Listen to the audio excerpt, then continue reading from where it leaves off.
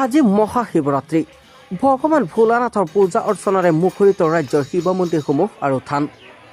নগাঁও জিলাৰ দক্ষিণ পাট বালিগাঁৱত অৱস্থিত মা কালিকা থানত পূজা অৰ্চনা আগবঢ়াইছে ভক্তপ্ৰাণ ৰাইজে। মহাদেৱৰ আশীষ কামনাৰে পুৱাৰ ভাগৰে পৰা মন্দিৰত ভিৰ ভক্তপ্ৰাণ ৰাইজৰ।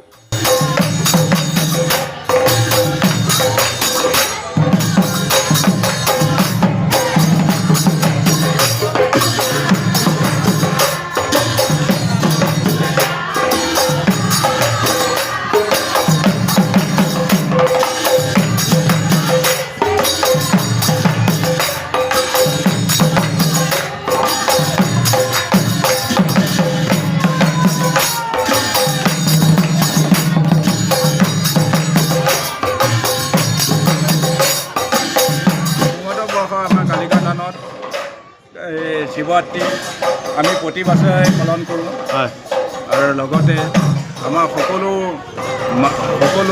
ভকত বৈষ্ণৱসকল আহি আমাৰ ইয়াত এতিয়া বৰ্তমান নাম প্ৰসংগ চলি আছে দিহানাম।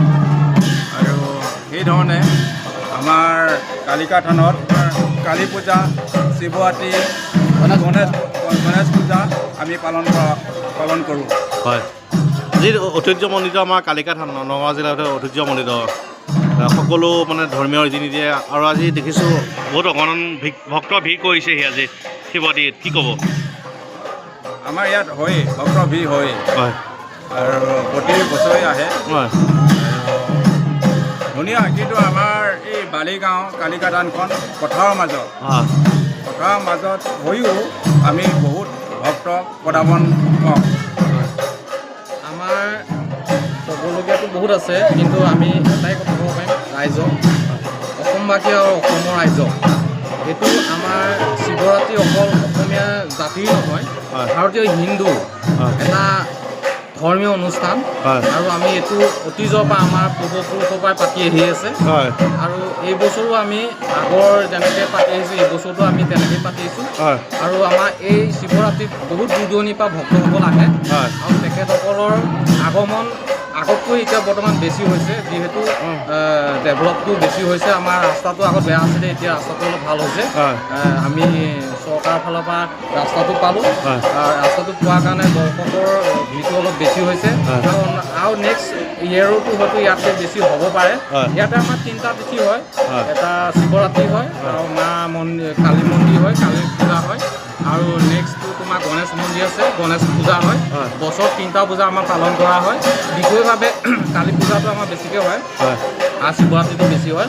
গণেশ পূজাটো এতিয়া হৈ আছে, কিন্তু দৰ্শকটো কম আছে, যিহেতু গণেশ পূজাটো আমাৰ বৰ্তমান বেছি 3 বছৰমান হৈছেহে। 3 বছৰমান আমাৰ স্থাপিত, 3 বছৰমানৰ ভিতৰত এইটো আমাৰ 3 নম্বৰমান হ'ব নেকি। গতিকে নেক্সট আমি জানিম, দৰ্শকৰ মানে ভিৰটো হয়তো আমি পিছলৈ পাম চাগৈ।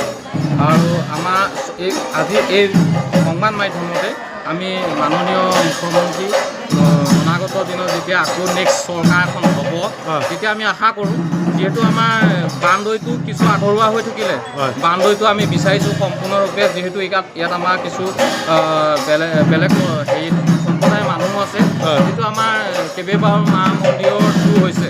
গতিকে আমি ৰক্ষণাবেক্ষণাত দিয়াটো বৰ অসুবিধা হৈ পৰিছে। গতিকে আমি আজি সংবাদ মাধ্যমৰ যোগেদি মাননীয় মুখ্যমন্ত্ৰী মহোদয়ক হেমন্ত বিশ্ব শৰ্মাক আমি জনাওঁ যে আমাৰ যিটো বান্দৈটো আমাৰ হ'লে ভাল লাগিব, যিহেতু এতিয়া বহুত আধৰুৱা হৈ আছে কাম। তথাপিতো বান্দৈটো যদি হয়, তেতিয়া আমি নিজকে সুৰক্ষা বা মা মন্দিৰটো আমি সুৰক্ষা বুলি আমি ভাবিব পাৰিম। গতিকে বিশেষভাৱে আমি আৰু বেছিকৈ নকওঁ, চৰকাৰে আমাক এবাৰ ৰাস্তাটো দিছেই, আৰু আমাক বান্দৈটো দিলে আমাৰ বহুতখিনি পাম বুলি আশা কৰিছোঁ। ধন্যবাদ। নগৰৰ পৰা প্ৰাঞ্জল নাথৰ ৰিপৰ্ট।